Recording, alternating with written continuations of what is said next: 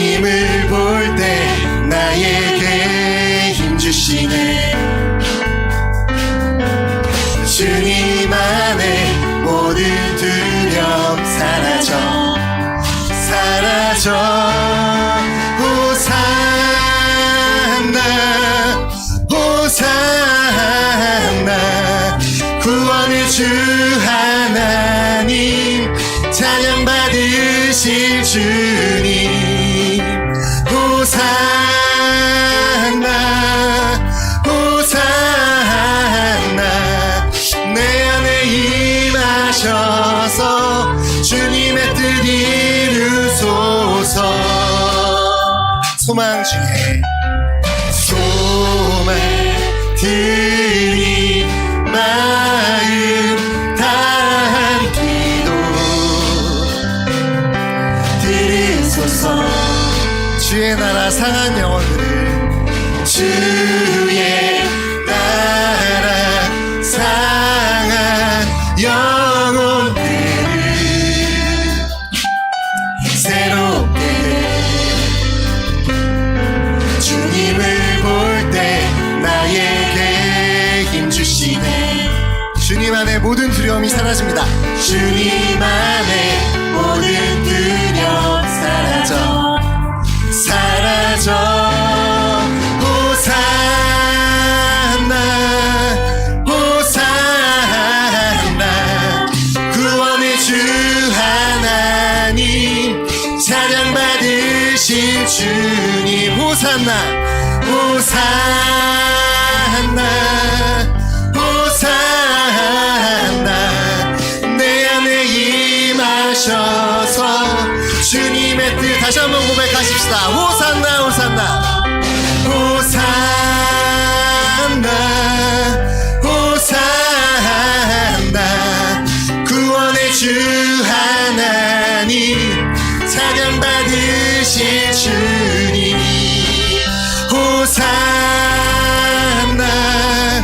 호산나 내 안에 임하셔서 주님의 뜻이 우리 계속해서 찬양하시겠습니다. 주의 이름 높여 주의 이름 높여 다 찬양하라 다 찬양하라 귀하신 주 나의 하나님 주님께 영광 돌리 다시 한번 주의 이름 높여 주의 이름 높여 다 찬양하라 귀하신 주 나의 하나님 주님께 영광 돌리세. 호산나 호산나 호산나 호산나 호산나 높은 곳에서 호산나 호산나 호산나 높은 곳에서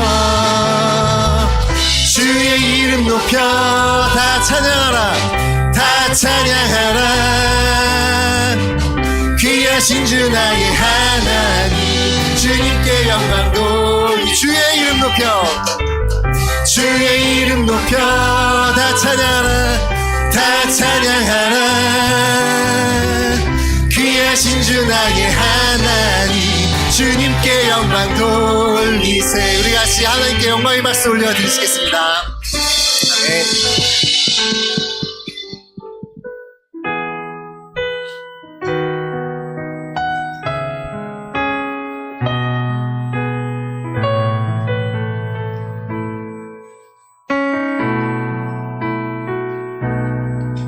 주 말씀 내 삶 비출 때 감사하게 하소서. 내게 주신 말씀 그 말씀을 따라 살아가게 하소서. 주 말씀 내 삶 비출 때 주 말씀 내 삶 비출 때 겸손하게 하소서. 겸손하게 하소서. 내게 주신 말씀 내게 주신 말씀 나의 삶 되어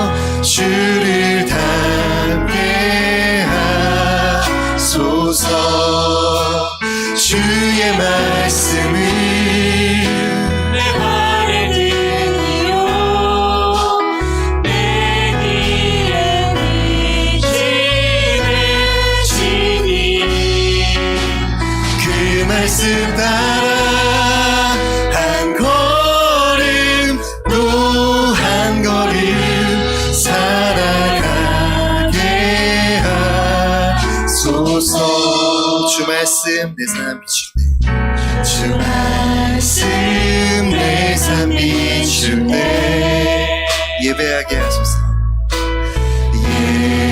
예배하게 하소서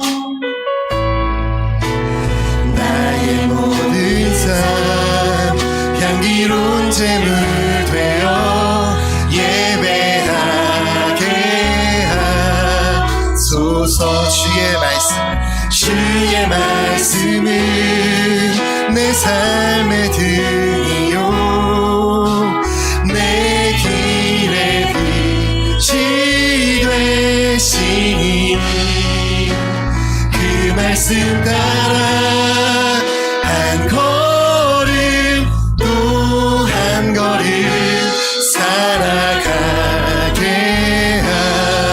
다시 한번 고백하십시다. 주의 말씀은 내 발의 등이요 내 길의 빛이 되시니 그 말씀 따라 한 걸음 또 한 걸음 살아가게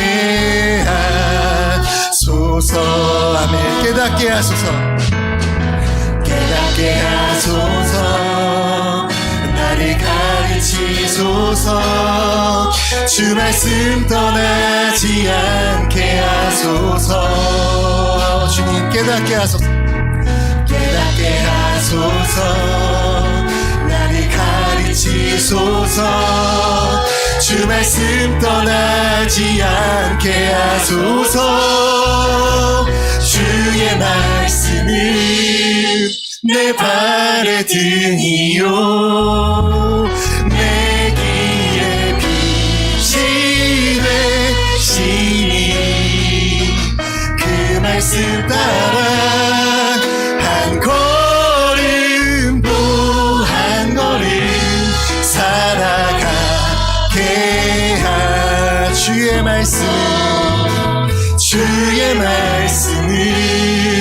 내 발의 등이요 내 길의 빛이 되시니 그 말씀 따라 한 걸음 또 한 걸음 살아가게 한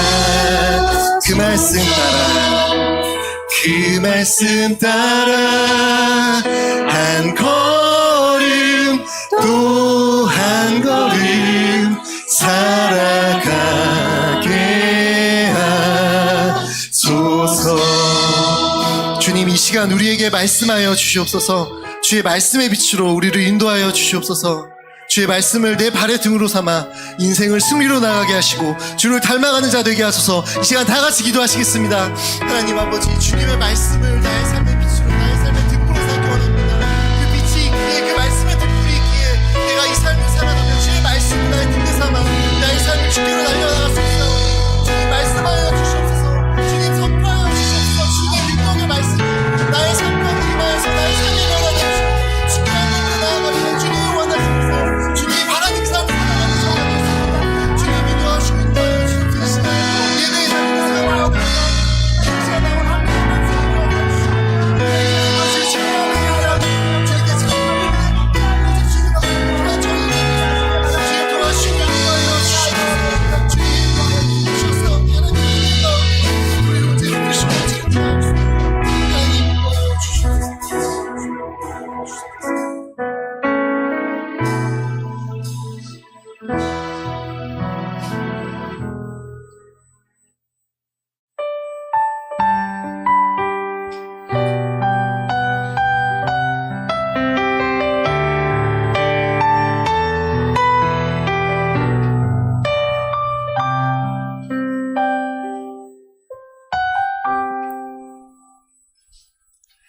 하나님의 부르심에는 후회하심이 없네 내가 이 자리에 선 것도 주의 부르심이라 하나님의 부르심에 결코 실수가 없네.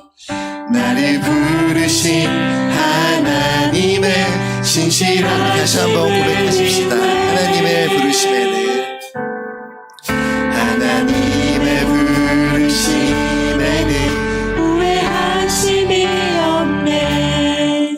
내가 이 자리에 선 것도 주의 부르심이라. 하나님의 부르심에는 결코 실수가 없네. 나를 부르신 하나님의 신실하심을 믿네.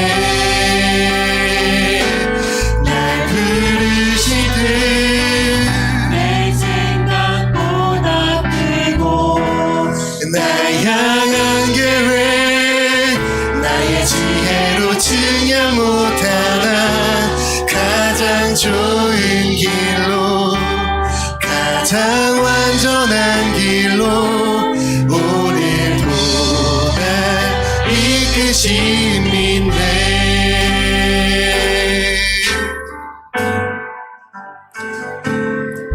작은 나를 부르신 뜻은 나는 알 수 없지만 오직 감사와 순종으로 주의 길을 가리라.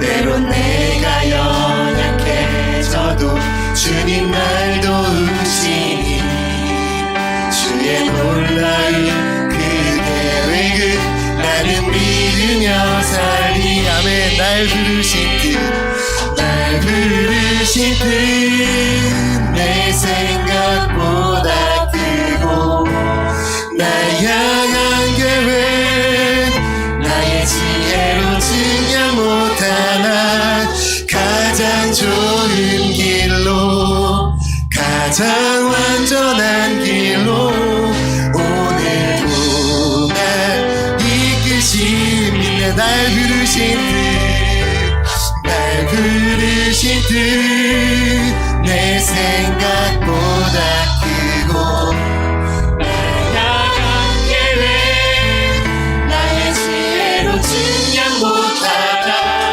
가장 좋은 길로, 가장 안전한 길로 오늘도 날. 다시 한번 고백합시다. 날 부르신 뜻, 날 부르신 뜻 내 생각보다 크고 날 향한 계획, 나의 지혜로 증명 못하나 가장 좋은 길로, 가장 완전한 길로 오늘도 날 이끄시. 우리 다같이 목소리 높여 찬양하십시다. 날 부르신 뜻, 날 부르신 뜻 내 생각보다 크고 날 향한 계획, 나의 지혜로 증명 못하나 가장 좋은 길로, 가장 완전한 길로 오늘도 날 이끄시. 아멘. 그렇습니다. 주가 일하십니다. 주가 일하시네. 주가 일하시네. 주께 아끼지 않는 자에게 주가 일하시네. 주가 일하시네. 신뢰하며 걷는 자에게 주가 일하시네. 주가 일하시네. 주가 일하시네. 주께 아끼지 않는 자에게 주가 일하시네. 주가 일하시네. 신뢰하며 걷는 자에게. 다시 한번 고백하십시다. 주가 일하시네. 주가 일하시네. 주가 일하시네. 주께 아끼지 않는 자에게 주가 일하시네. 일하시네 주가 일하시네 신뢰하며 걷는 자에게 하나님께서 우리를 이 땅 가운데 부르신 이유는 하나님의 그 놀라운 계획에 우리를 동참시키셔서 이 세상에서는 누릴 수 없는 하나님의 그 크신 영광에 동참하시기 위함입니다. 오늘 하나님께서 우리를 바로 그 축복의 자리로 부르십니다. 나의 힘으로 하는 것이 아닌 주님께서 일하신다는 사실을 믿으며 믿음으로 그 자리에 있게 해달라고 이 시간 다 같이 큰 목소리로 외쳐 부르시겠습니다. 기도하시겠습니다. 하나님, 주님, 내가 주님의 자리로 나아갑니다. 주님의 그 자리로 나아가노니 하나님, 주님께서 일하시어 주셔서 내가 그 자리에서 주님의 증인으로 주께서 일하시는 것들을 바라보겠사오니 하나님, 나를 부르신 그 뜻과 이유를 알게 하시고 주님 말씀으로 깨닫게 하사 온전히 주님의 그 길을 걸어가는 자가 되게 주님 도와시고 인도하여 주셔서 하나님, 이 예배를 통하여서 주님의 이 자리에 일하시고 주님의 인도하심과 주님의 그 크신 은혜가 나의 삶을 변화시킬 수 있는 아버지 그 은혜가 함께하여 주시고 이 예배를 주님 하시고 함께하여 주시옵소서. 주님의 기대하며 나아가는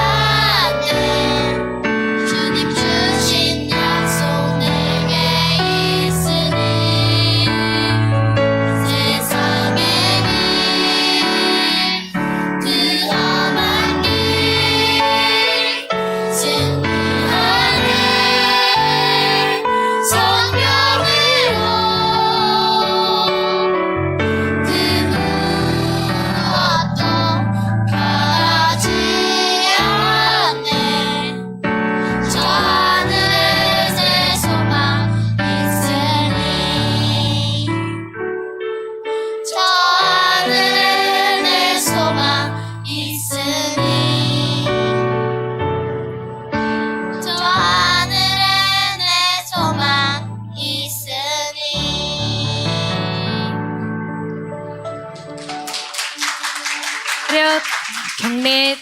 하나님은 사랑이십니다.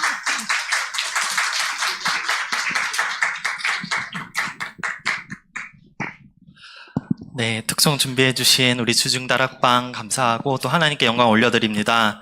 우리 함께 이 시간 옆자리에 앉은 분들에게 인사하면서 우리 또 환영했으면 좋겠습니다. 이렇게 인사해볼까요? 잘 오셨습니다. 잘 오셨습니다. 네, 우리 한 번 더 인사해볼까요? 주님의 이름으로 축복합니다. 네, 정말 이 추운 날 또 이 밤에 또 예배 자리로 나오신 우리 성도님들을 주님의 이름으로 축복합니다. 이 시간 광고 먼저 드리겠습니다. 다음 주 신년 비전 금요 기도회는 움직이는 교회 김상인 목사님께서 오셔서 말씀을 전해 주십니다. 기대하는 마음으로 이 자리에 우리 모두 함께 하길 바랍니다.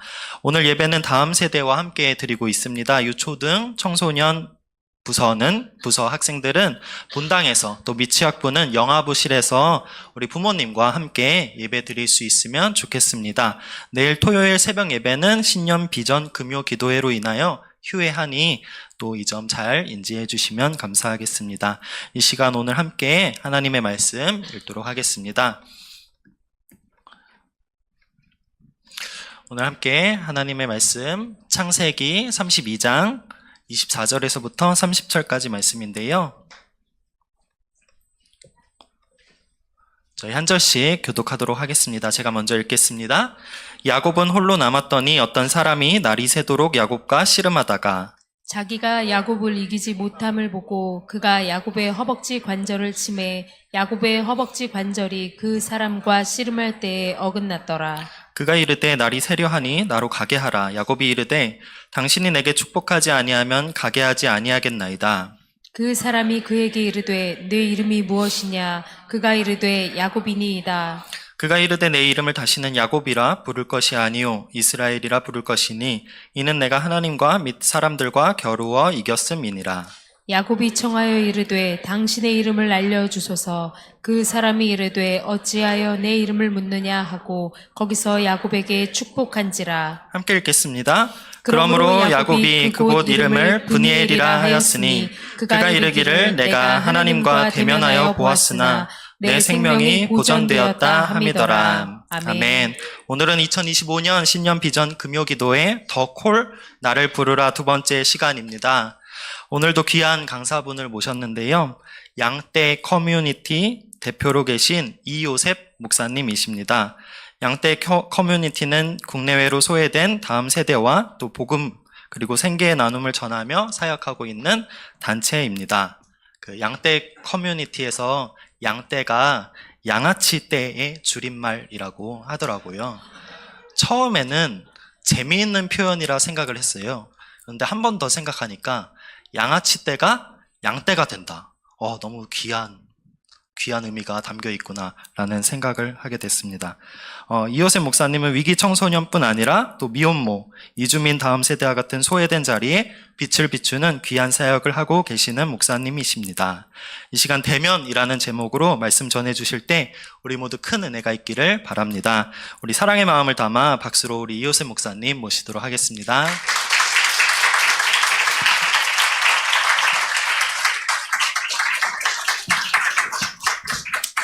네, 반갑습니다. 저는 이 YT 커뮤니티 우리 양떼 공동체라는 곳을 섬기고 있는 이호셉 목사입니다. 우리 너무 행복하고 좋은 교회 와서 제가 엄청 큰 또 은혜를 받는 것 같습니다. 제가 본 초등학생 애들 중에 노래를 제일 잘하는 애들을 여기서 본 것 같아요. 보통 이렇게 특성을 시키면 잘 못하거든요, 애들이.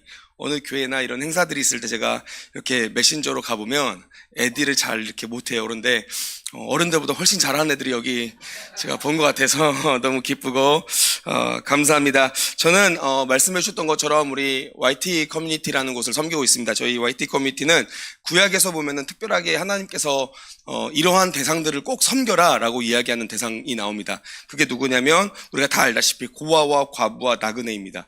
저 어떻게 하다 보니까 저희가 섬기는 이런 분들이 지금 이 고아와 과부와 나그네인 것 같아요. 그래서 나그네 이주민들, 고아는 저희 위기청소년 우리 가출팸 아이들, 그리고 과부는 우리 미혼모들, 저희가 이런 대상들에게 지금 한 15년 정도 복음을 전하면서 이제 길거리 현장에서 이들을 만나고 예수님의 사랑을 전하고 복음을 전하고 이들과 지금 부대낀 지가 이제 개척을 하고 한 15년 정도 된 것 같습니다. 그래서 이런 분들에게 저희가 복음을 전하는 단체, 선교단체입니다. 그래서 양떼 공동체는 그런 선교단체고요. 저희는 사회 곳곳에서 어렵고 힘든 분들에게 특별히 만나서 이들에게 이제 복음을 전하는 일들을 하고 있습니다.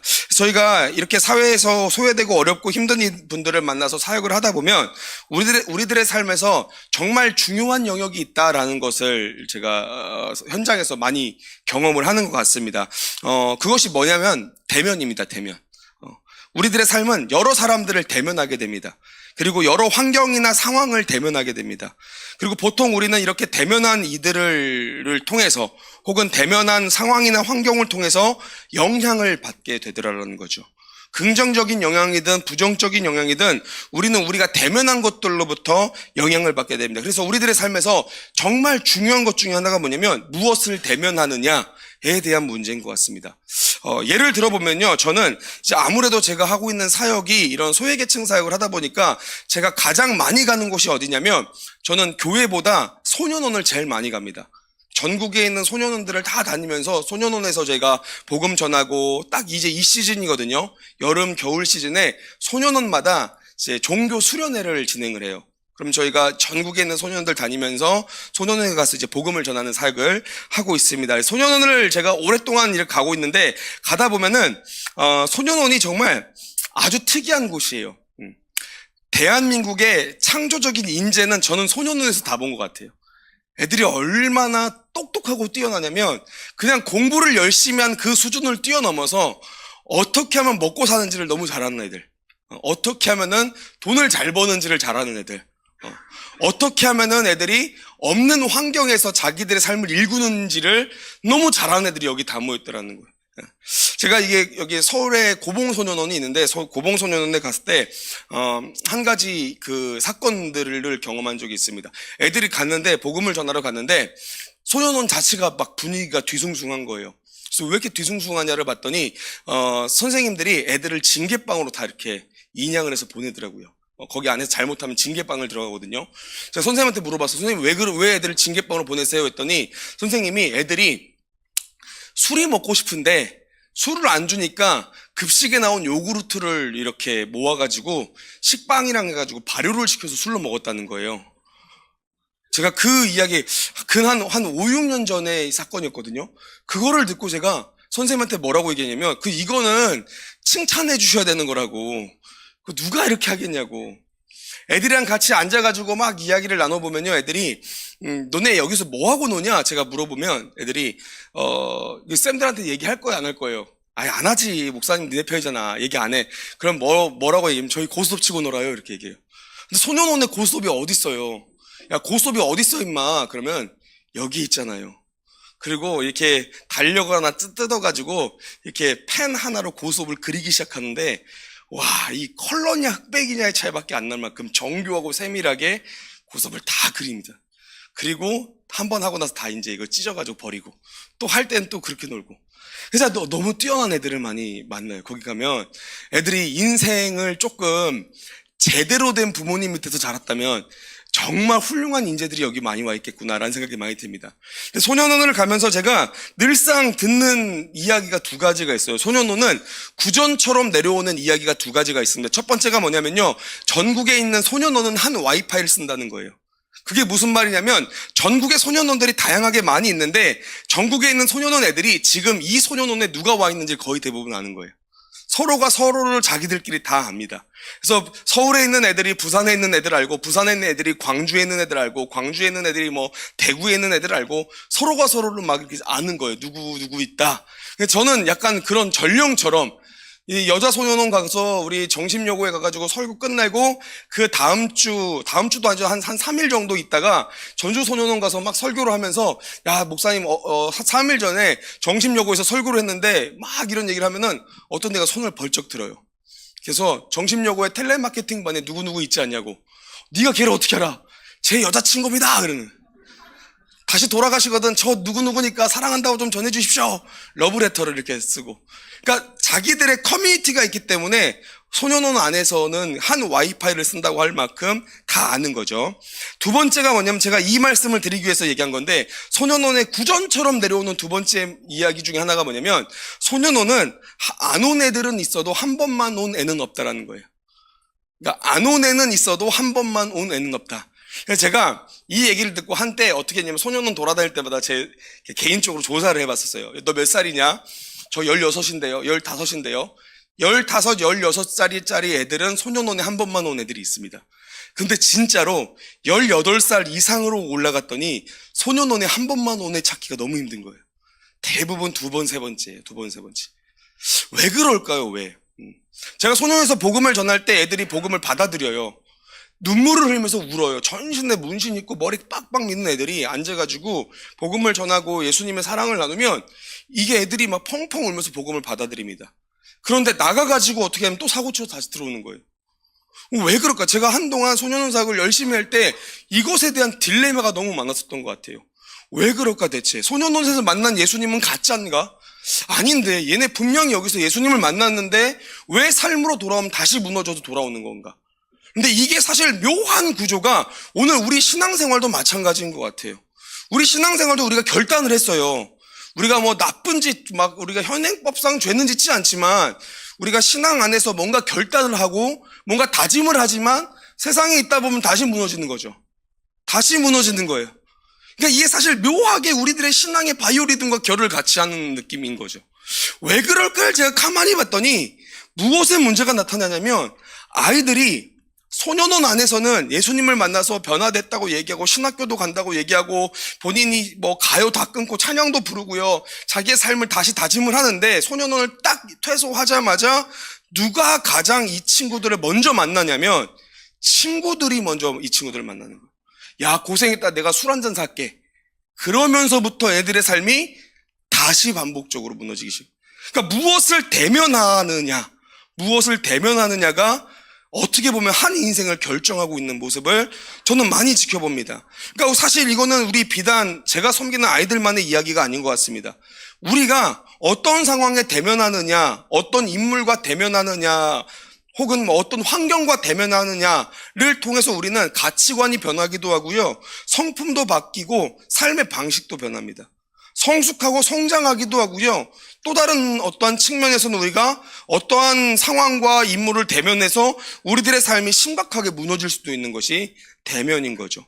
여러분, 우리 사랑하는 성도님들은 누구를 대면하고 계십니까? 지금 한번 고민해 봐야 됩니다.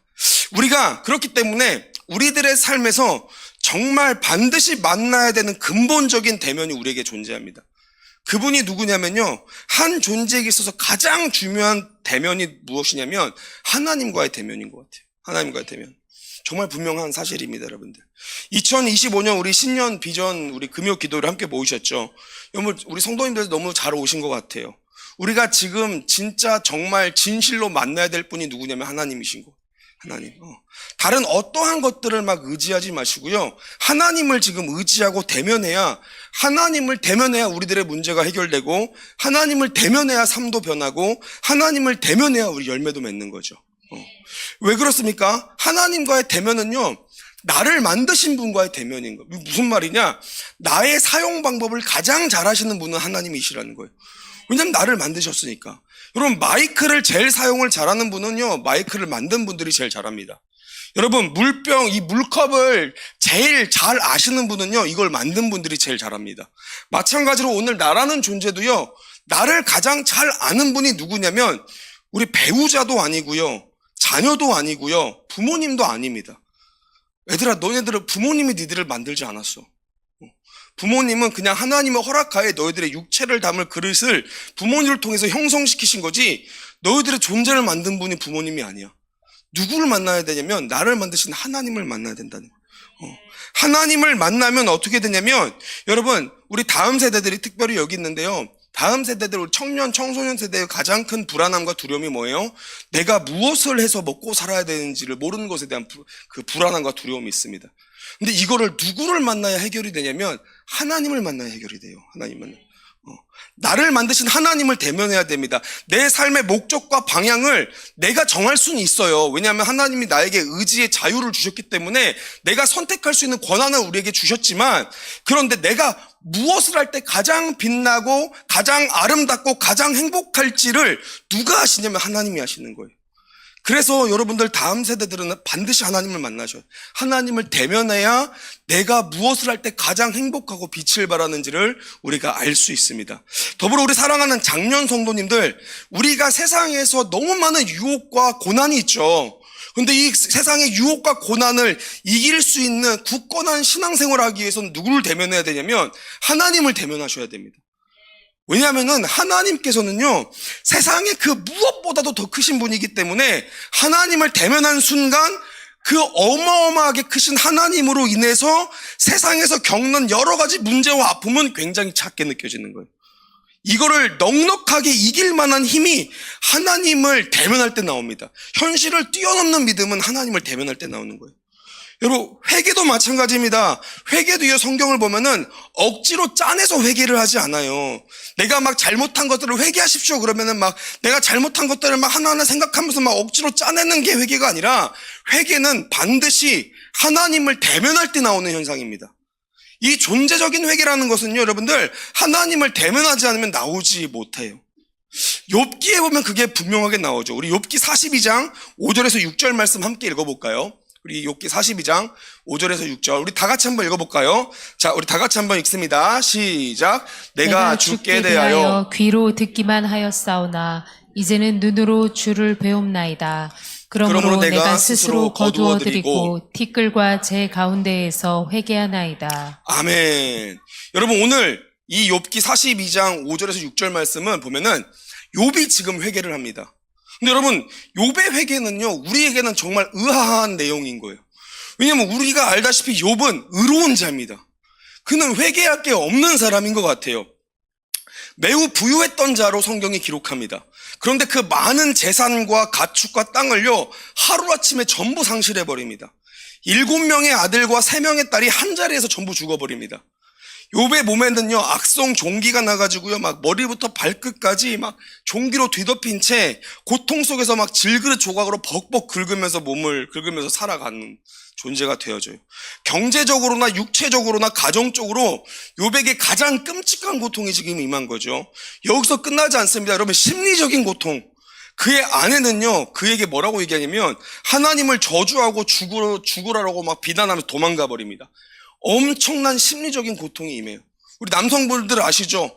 심리적으로 고통을 가장 많이 당할 때가 상사분들한테 우리가 막 혼날 때입니까? 아내한테 혼날 때입니까? 남자는 아내한테 혼날 때가 제일 힘들어요. 아내한테. 우리 늘 혼나는 존재잖아요. 그죠? 어렸을 때는 어머니한테 혼나고, 결혼하니까 아내한테 혼나고, 나이 들면 또 딸한테 혼난다면서요. 죽기까지 혼나는 존재가 우리라고 누가 그러시던데, 이 막 심리적인 고통이 욥에게 임하는 거예요. 더불어서 여기서 끝나지 않고요, 욥과 가장 친했던 엘리바스, 빌닷, 소발이 찾아와서요, 욥을 위로한다면서 무엇을 얘기합니까? 네가 지금 이렇게 된 거는 너 죄 때문에 그렇다. 이게 뭐냐면 욥의 신앙을 흔들고 있는 거예요. 지금 영적인 고통도 동반이 되어집니다. 그래서 욥의 고난은요, 많은 신학자들이 예수님의 고난과 비교하며 이야기할 만큼 그만큼 사람이 받을 수 있는 모든 고통과 고난을 다 받은 사람이 욥인 거예요. 그런데 이 욥은 그 와중에도 하나님을 향한 의로움을 잃지 않습니다. 성경에서도요, 하나님께서 욥은 의롭다고 이야기하실 만큼 신실한 욥이에요. 이 욥은요, 사실 회개할 게 없는 사람처럼 보여진다고요. 그런데 오늘 욥이 하나님을 대면하니까 어떻게 됩니까? 그의 첫 모습은 뭐였냐면 두려움과 회개였습니다. 그러니까 주님을 우리가 대면하면요, 내가 겸손해져야지 이런 것과는 차원이 다른, 그러니까 내가 뭐 잘못한 것을 막 회개하려고 노력하는 이런 것과는 차원이 다른 존재적인 회개가 나오는 거예요. 그래서 제가 전도를 막 하다 보면요, 애들이 막 완악할 때가 있어요. 막 완악한 애들을 전도를 해요. 전도를 하다 보면 애들이 뭐라고 얘기하면 우리는 죄인이라는 것을 절대로 부정합니다. 얘네들은요, 현행법상 죄인이거든요. 현행법상 죄인인데도 자기가 죄라는 사실을 얘기하지 않아요. 절대 죄인이 아니래요. 나는 어떤 죄도 짓지 않았어요. 저는 죄인이 아니에요. 저는 나쁜 짓 하지 않았어요. 이렇게 얘기해. 근데 이런 친구들이 하나님을 대면하면 어떻게 되냐면 내가 얼마나 큰 존재적인 죄인이었는지를 막 알게 되는 거예요. 회개도 주님을 대면할 때만 나오는 현상입니다. 절대선을 대면하면 상대적인 선들은요, 부질없이 느끼는 거죠. 그래서 하나님을 대면한 사람은 어떻게 되냐면 완전히 변화가 되어집니다. 이 근원적인 존재적인 변화가 그에게 일어나는 거죠. 그리고 이 변화는 어떻게 됩니까? 세상의 그 어떠한 사상과 환경과 문화와 상황을 대면해도요, 결코 흔들리지 않는 이 어마어마한 변화를 한 존재가 경험할 수 있게 되는 거죠. 오늘 신앙도 마찬가지입니다. 여러분, 정말 중요해요. 예수님을 그냥 들었던 사람들과 예수님을 대면한 사람의 신앙의 수준은 완전히 다릅니다. 분명한, 오늘 우리 청소년들도 있고 청년들도 있는데, 오늘날 우리 청소년들이 가장 어떻게 보면 문제점 중에 하나가 뭐냐면 부모님의 예수님이 있는 거예요. 내가 만난 예수님은 없어요.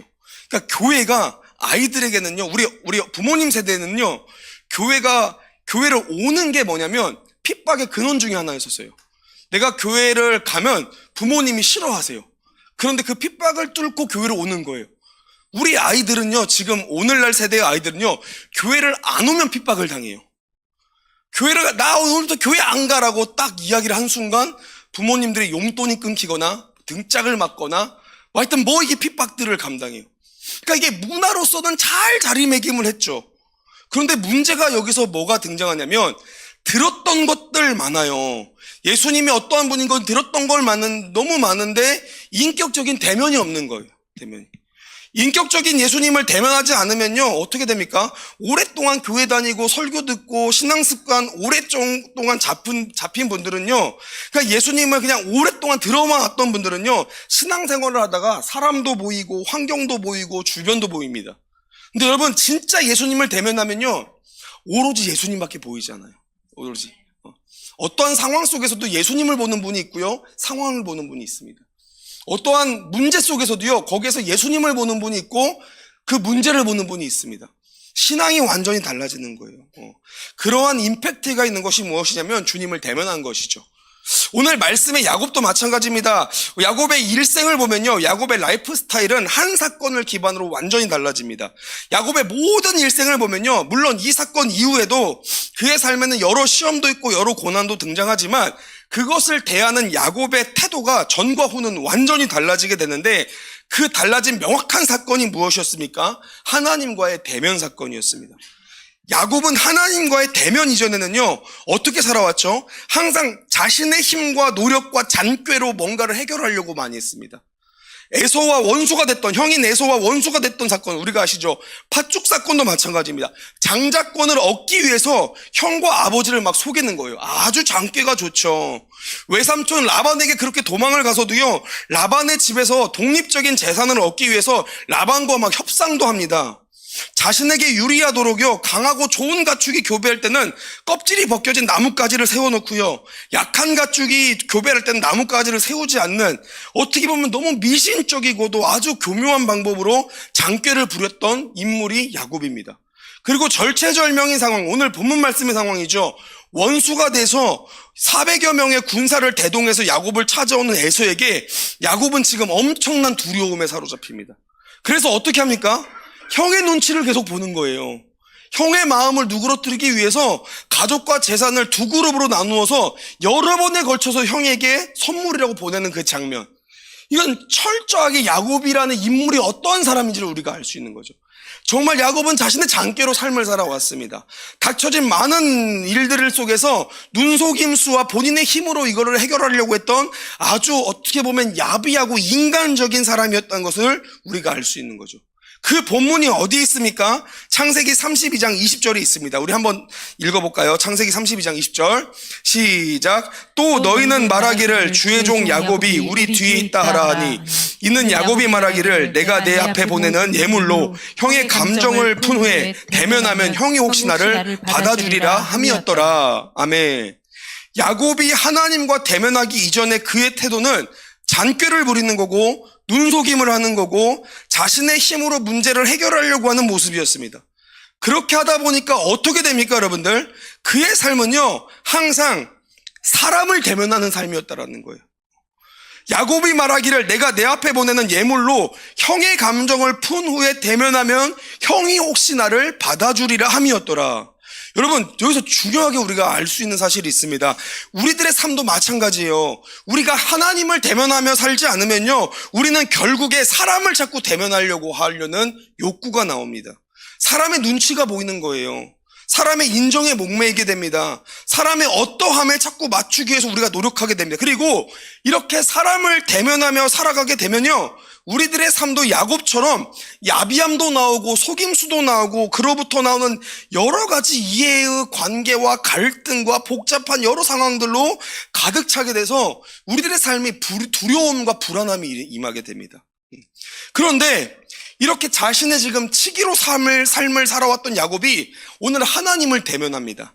24절에서 25절이죠. 야곱은 홀로 남았더니 어떤 사람이 날이 새도록 야곱과 씨름하다가 자기가 야곱을 이기지 못함을 보고 그가 야곱의 허벅지 관절을 치매 야곱의 허벅지 관절이 그 사람과 씨름할 때 어긋났더라. 아멘. 여러분, 앞전에도 이야기했지만 야곱의 현재 상황은요, 지금 엄청난 두려움과 걱정과 막막함이 거하고 있습니다. 자신이 과거에 형에게 지은 죄로 인해서 형의 복수심을 지금 직면할 것을 두려워하고 있습니다. 그렇기 때문에 인간적인 방법이란 방법은 다 사용했어요. 선물을 실은 가축대를 형인 에서에게 계속 보내면서 이 인간적인 방법은 사용을 했지만 문제는 내 안의 공포와 두려움, 이건 해결을 못하는 거예요. 선잠을 자다가 깨가지고요, 걱정하면서 일어나서 이제 야복강에서 가족들은 먼저 다 보내놓고 야곱이 홀로 남겨지게 됐는데, 그런 홀로 된 야곱에게 하나님이 그를 깊이 대면하여 주십니다. 그래서 오늘 우리가 이 장면을 보면서 무엇을 알 수 있습니까? 오늘 우리는 이러한 장면을 통해서 하나님을 대면하기 위한 기본 조건을 발견하게 됩니다. 그것이 무엇입니까? 하나님을 대면하는 기본 조건 중에 하나, 홀로 하나님 앞에 서야 된다는 것입니다. 홀로 하나님 앞에 서야 되는 것. 여러분, 오늘 우리가 살아가는 삶이요, 너무 정신없이 바쁜 날들의 연속입니다. 그죠?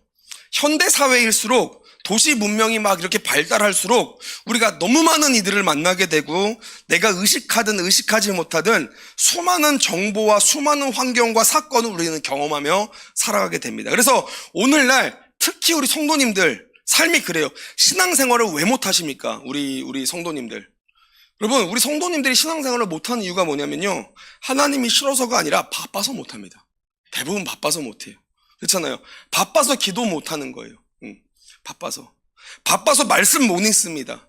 바빠가지고 하나님 앞에서 홀로 설 시간이 없는 거예요. 그죠? 많은 사람들은 만나요. 많은 것들을 맡겨줘요. 교회에서도, 학교에서도, 여러분들 해야 될 삶에서도, 직장에서도 많은 것들을 맡겨지면서 일에 치여서는 살아가는데, 들려주고 보여지는 건 많은데 무엇이 문제냐면 정작 하나님을 대면할 시간이 없는 거예요. 저희 아이들도 그렇더라고요. 저희가 아이들을 이렇게 위기 청소년들을 섬겨보면요, 애들의 신앙이 대단해요.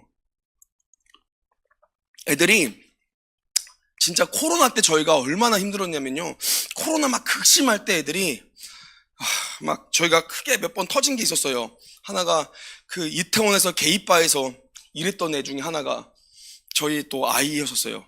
그러니까 터져가지고 얼마나 이거 힘들었는지. 두 번째가 뭐냐면 코로나 한참 우리가 심했을 때, 우리 생각나시죠? 지하철에서 기침 한번 하면 온갖 눈총을 다 받았던 그때. 와, 저희 애들이 코로나가 걸린 거예요. 근데 예배 온다고 그냥 코로나 걸려가지고 격리를 해야 되는 그 시기에 그냥 저희 예배하는데 와버렸어요. 아니, 예배하러 오라고 할 땐 그렇게 안 오더니 코로나 걸리니까는, 아니 너네 왜 왔냐? 저 예배하러 왔죠. 그러니까 목사 입장에서는 얘들을 예배했다고 혼낼 수도 없고, 애들이 예배 오러 그냥 와요. 그냥 저희는 애들이 같이 예배하면요, 심지어 수배가 걸렸는데도 와요. 근데 이게 되게 더 웃긴 게 뭐냐면, 저희가 한참 섬기는 선생님들 중에 형사님이 2분이 계세요. 2분이. 얘네들은 수배가 지금 걸렸어요. 근데 예배하러 와요. 형사님들이 또 앉아 있어요. 그럼 둘이 뭔 얘기를 하나 제가 지켜봐요. 그러면은 얘네들이, 수배가 걸린 애들이 더 당당해요. 선생님, 건수 하나 올려드려요? 저 잡아가실래요? 뭐 이래요. 그러면 실제 그래요. 그러면 형사님들이 그러면 조용히 아니야. 근데 너 그 밖에서 나 여기서 봤다고 하면 안 돼. 알았지? 뭐 이러고 있어요. 애들이. 수배가 걸렸는데도 예배하러 와야 된다고 오는 거예요.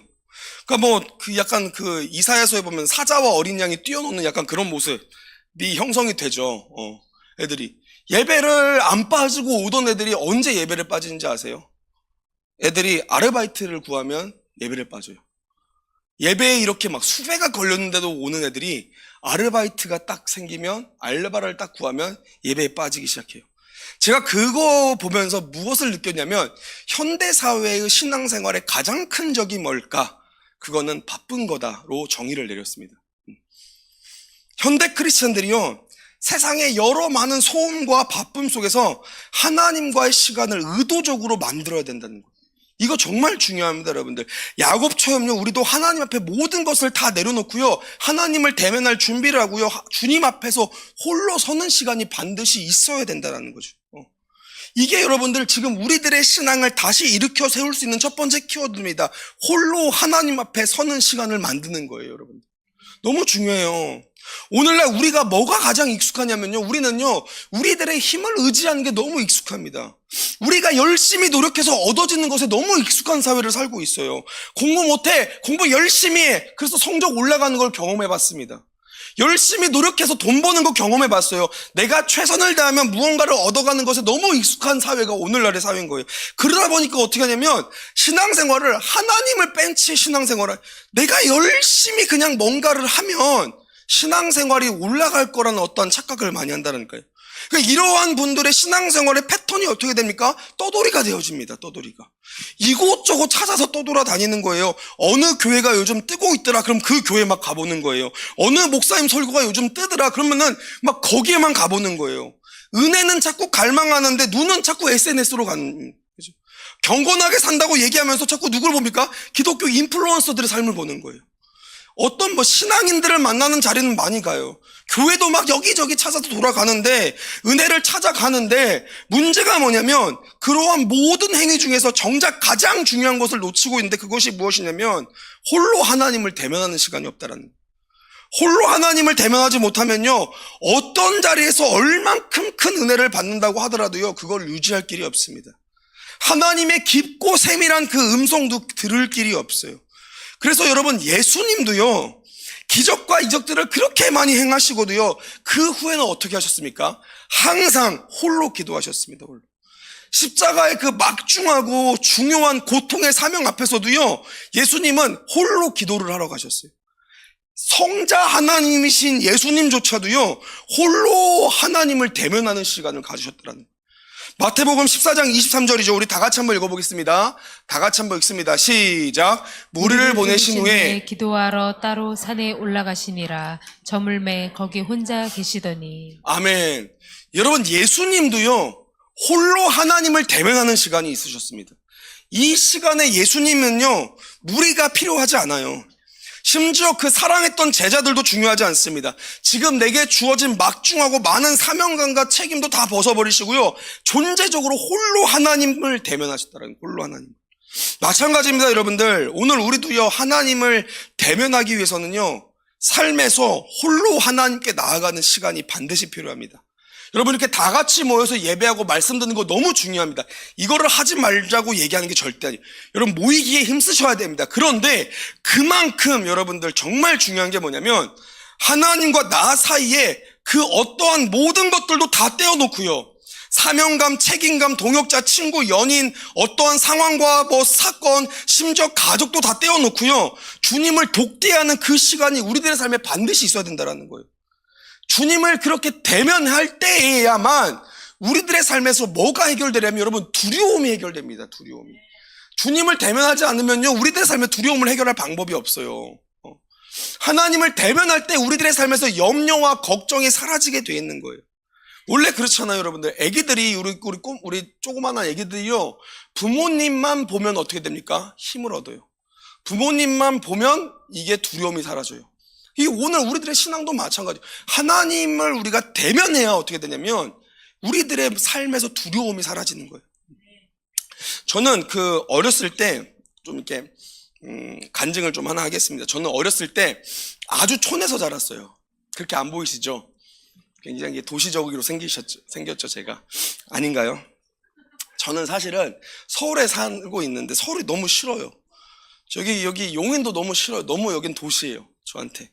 저는 어렸을 때, 대한민국이 정의하는 가장 촌이 뭐냐면 주소지 끝자리가 리거든요. 제가 리에서 살았어요, 리에서.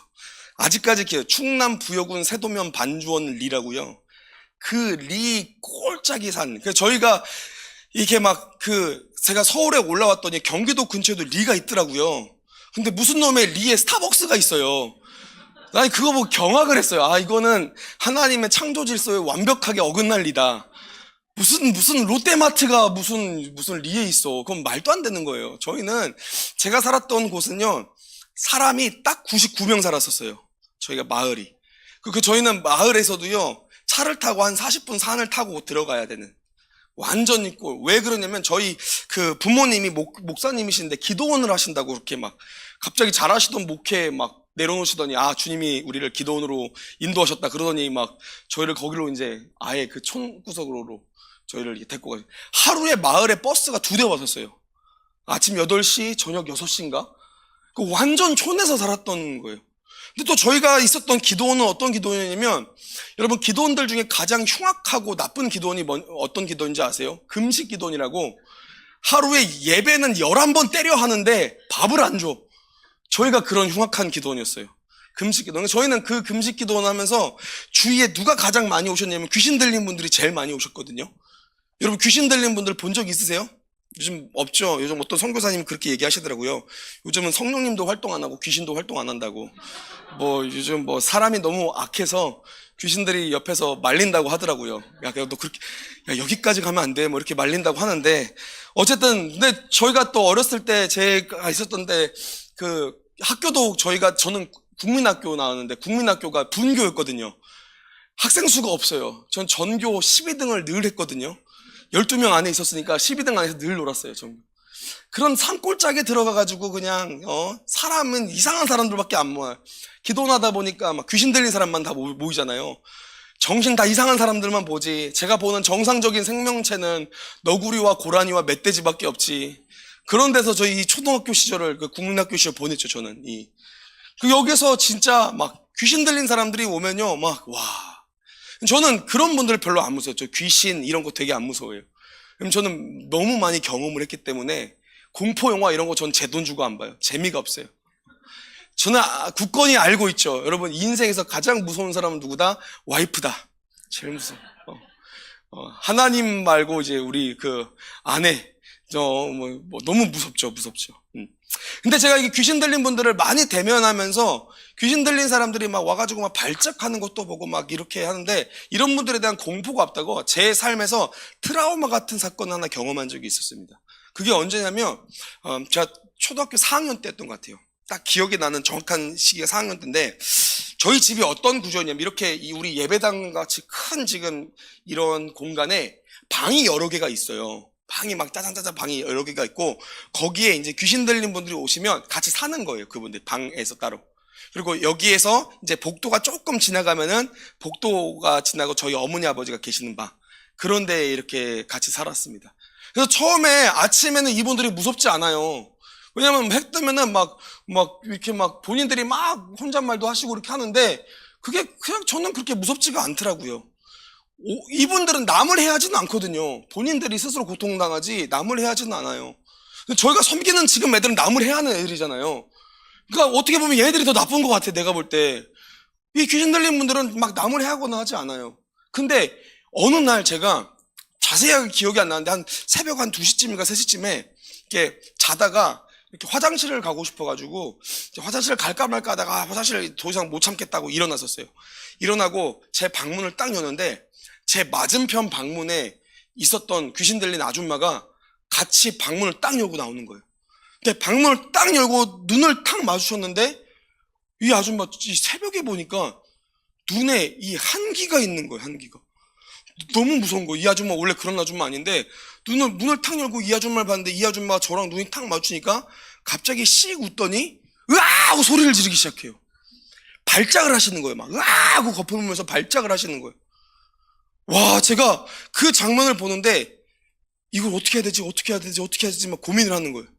그런데 귀신 들린 분들이 한 분이 발작을 하면은 어떻게 되냐면 주무셨던 분들이 연쇄 발작을 해요.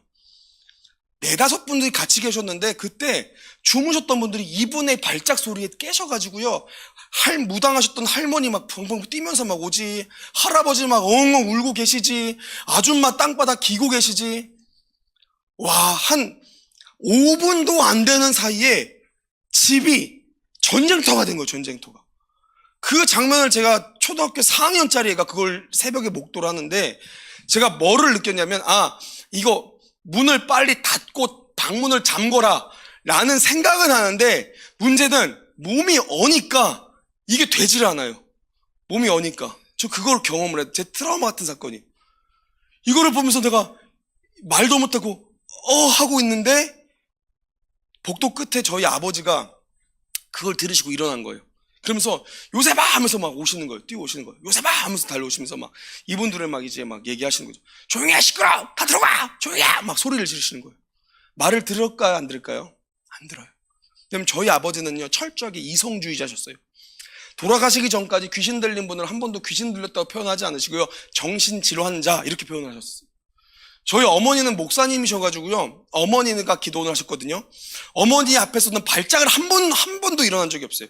그러니까 어린 마음에 제가 마음속에서 뭐라고 생각하냐면, 우리 엄마가 계셨어야 되는데 하필 우리 아빠가 있어가지고, 아빠가 소리 지르기가 더 무서워. 막 뭔가 일어난 것 같고, 막 진짜 우리 어머니는 영성이 있으시니까 그 시간에 주무시고 계실까요? 기도원에 기도하고 계실까요? 기도하라고 계시고요, 저희 아버지가 그 자리를 지키셨던 거예요. 소리를 지르면 조용히 해, 시끄러워, 막 다 들어가, 막 이렇게 엇박을 지르시는데, 제가 그게 더 무서운데, 저희 아버지가 하다가 안 되니까 어떻게 하셨냐면, 제가 이렇게 딱 보는데 제 시야를 가리시더라고요. 이렇게 딱 가리시더니 아버지의 2 손을 제 귀를 딱 막으시는 거예요. 그러면서 제 고개를 이렇게 올리면서 뭐라고 얘기하셨냐면, 요셉아, 아빠 여기 있어, 아빠. 괜찮아.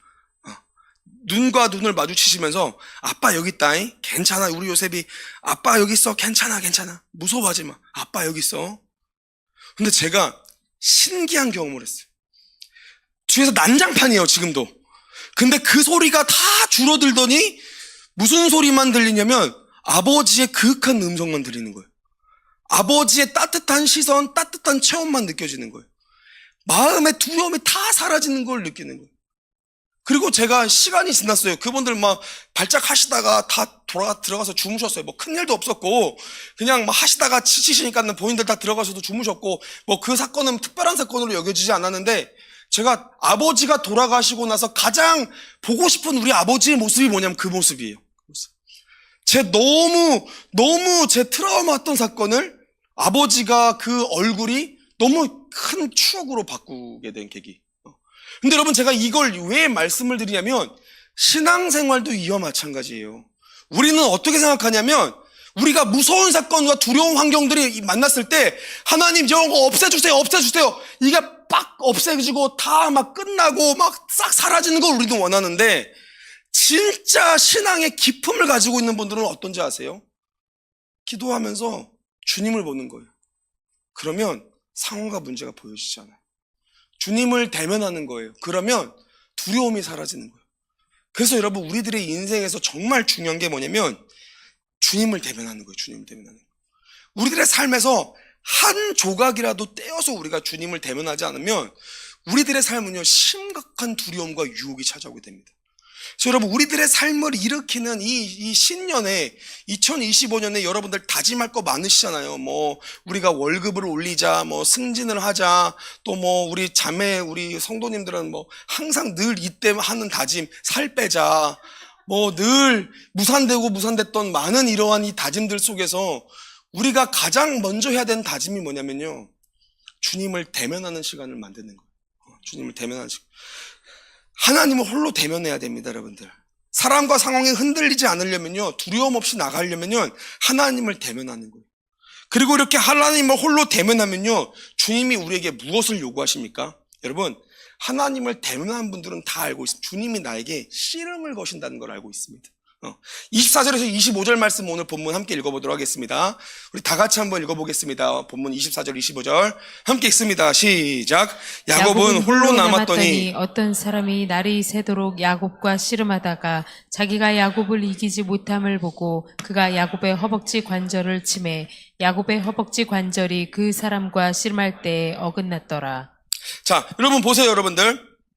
오늘 우리가 주님을 홀로 대면하면 사람이 많은 곳에서 받을 수 없는 은혜가 하나가 나오는데 그것이 무엇이냐면 주님과 씨름을 하게 되는 것입니다. 이상하죠? 주님과 씨름한다는 게 별로 어감이 좋지 않게 느껴집니다. 그냥 순종하면 되지 무슨 씨름이야 뭐 이렇게 우리가 여겨지잖아요.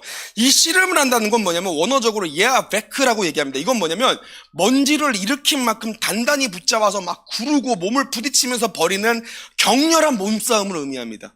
우리가 단순하게 생각하면요, 이 주님과 함께하는 씨름이 뭔가 영적으로 낮게 느껴지고요, 순종하지 못한 어떠한 상태로 보여질 수 있는데 이게 절대 아닙니다, 여러분들. 이 씨름, 몸싸움이라는 건요, 두 가지의 전제가 있습니다. 첫 번째가 뭐냐면요, 맞부딪힌다라는 거예요. 맞부딪히게 되면 알게 되는 게 있습니다. 그게 뭐냐면 상대를 정말 깊이 알게 됩니다. 여러분, 양아치들이 서로 싸울 때는 존중 없이 싸워요. 근데 UFC 선수들이 싸울 때는요, 서로 끝나고 서로를 존중합니다. 진짜 격렬하게 맞부딪히면 상대에 대한 경의가 나와요. 경의가. 이 옛날에 보면요, 우리 남자애들 그잖아요. 우리 애기들 보면은 우리가 싸우면서 큰다라고 얘기하잖아요. 요즘이야 우리 애들 싸움이 어른들 싸움으로 번져서 심각하게 되고 교회도 이런 일 때문에 엄청 심각해지고 그런 걸 많이 보는데 사실 이제 저희가 어렸을 때만 생각을 해도 치고받고 싸우는 게 일도 아니었거든요. 치고받고 싸우면은 저희 아버지가 저랑 싸웠던 애들 꿀밤 2대 한 대씩 날리면서 교회에서 싸우지 마 임마! 그러면 우리 무서워서 또 못 싸우고 그랬던 기억이 나와요. 저는 남자애들이 싸우면요 보면은 이상하게 몸싸움 하기 전에는 뭐냐면 감정 싸움이에요. 감정 싸움하고 말싸움 하다가 서로 안 좋아지다 보면 이게 몸싸움 한번 하잖아요. 그러면 이상하게 애들이 끝나고 나면 베스트 프렌드가 돼 있어요. 그런 그 케이스가 종종 있었죠. 왜 그렇습니까? 상대를 알아가는 거예요. 알아가는 거. 그리고 여기서 나온 씨름은 뭐냐면 생사의 싸움이 아닙니다. 상대의 목숨을 빼앗는 싸움이 아니에요. 야곱이 오늘 하나님과 홀로 대면하니까 씨름을 하게 됩니다. 오늘 우리들의 삶에서도요, 우리가 홀로 하나님을 대면하면 야곱처럼 주님과 씨름을 할 때가 옵니다. 씨름을 하듯이 치열하게 몸싸움을 하듯이 주님께 나아가는 거예요. 그리고 주님과 치열하게 씨름하는 모습 속에서 우리가 어떻게 되냐면 우리가 그 과정 속에서 깎여지기 시작해지고 온전해지기 시작합니다. 우리가 주님을 홀로 대면요, 보통 처음에는 우리들의 문제로 접근을 합니다.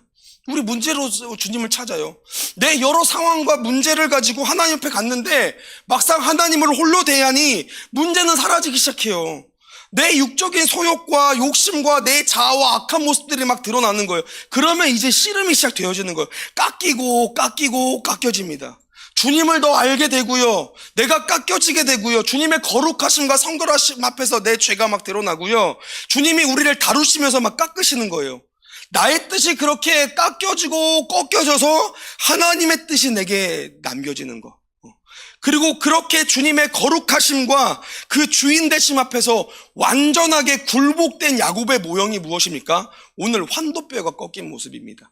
24절 25절이에요. 야곱은 홀로 남았더니 어떤 사람이 날이 새도록 야곱과 씨름하다가 자기가 야곱을 이기지 못함을 보고 그가 야곱의 허벅지 관절을 치매 야곱의 허벅지 관절이 그 사람과 씨름할 때 어긋났더라. 여러분, 주님을 치열하게 대면하면요, 나는 꺾이게 되어 있습니다. 그냥 저냥 기도하고 그냥 멍 때리고 기도하는 이게 아니라 홀로 우리가 주님을 대면하면요, 주님과 힘겨루기 하듯이 부딪히고 심각하게 주님 앞에서 씨름하듯이 치열하게 나아가면은 내가 깎여지게 되어 있는 거예요. 그래서 우리들의 기도는요, 여러분들, 씨름하는 기도가 돼야 됩니다. 우리들의 신앙을 다시 일으켜 세울 수 있는 두 번째 키워드가 뭐냐면 씨름하는 기도예요. 씨름하는 기도. 특별히 오늘날을 살아가는 성도님들에게 가장 부족한 게 뭐냐면 이 씨름하는 기도 같아요. 예전에 우리 신앙의 선배님들 한번 기억해 보시겠어요? 저희 어머니 아버지가 그렇게 신앙을 하셔가지고 무슨 산기도 하시고, 기억나시죠?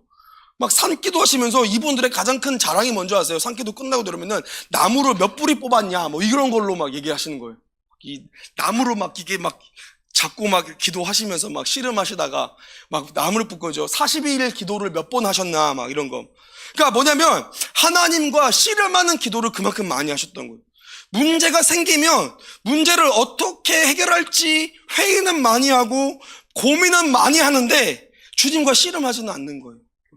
이전의 신앙의 선배님들은요, 우리 부모님들을 보면은 문제가 생기면 바로 무릎부터 꿇으셨습니다. 저는 그러한 장면을 너무 많이 저는 저희 어머니 아버지 가장 많이 생각나는 곳이 어디냐면 등판이에요. 등판.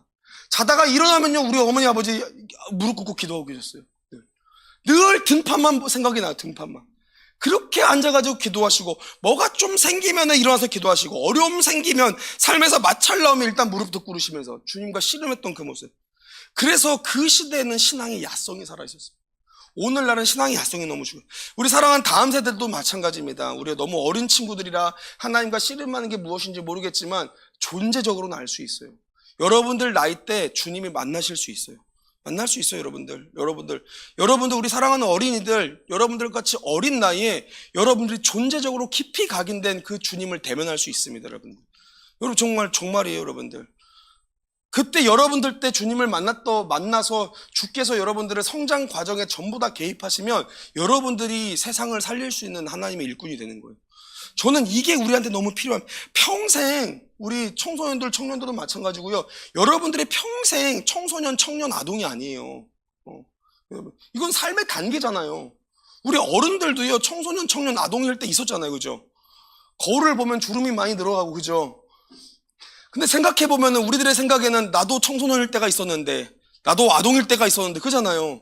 우리가 삶의 단계예요. 지금 우리들의 시기에는 하나님을 홀로 대변하는 시간과 주님과 씨름하는 기도를 훈련하고 배워야 된다는 거. 이게 정말 중요합니다.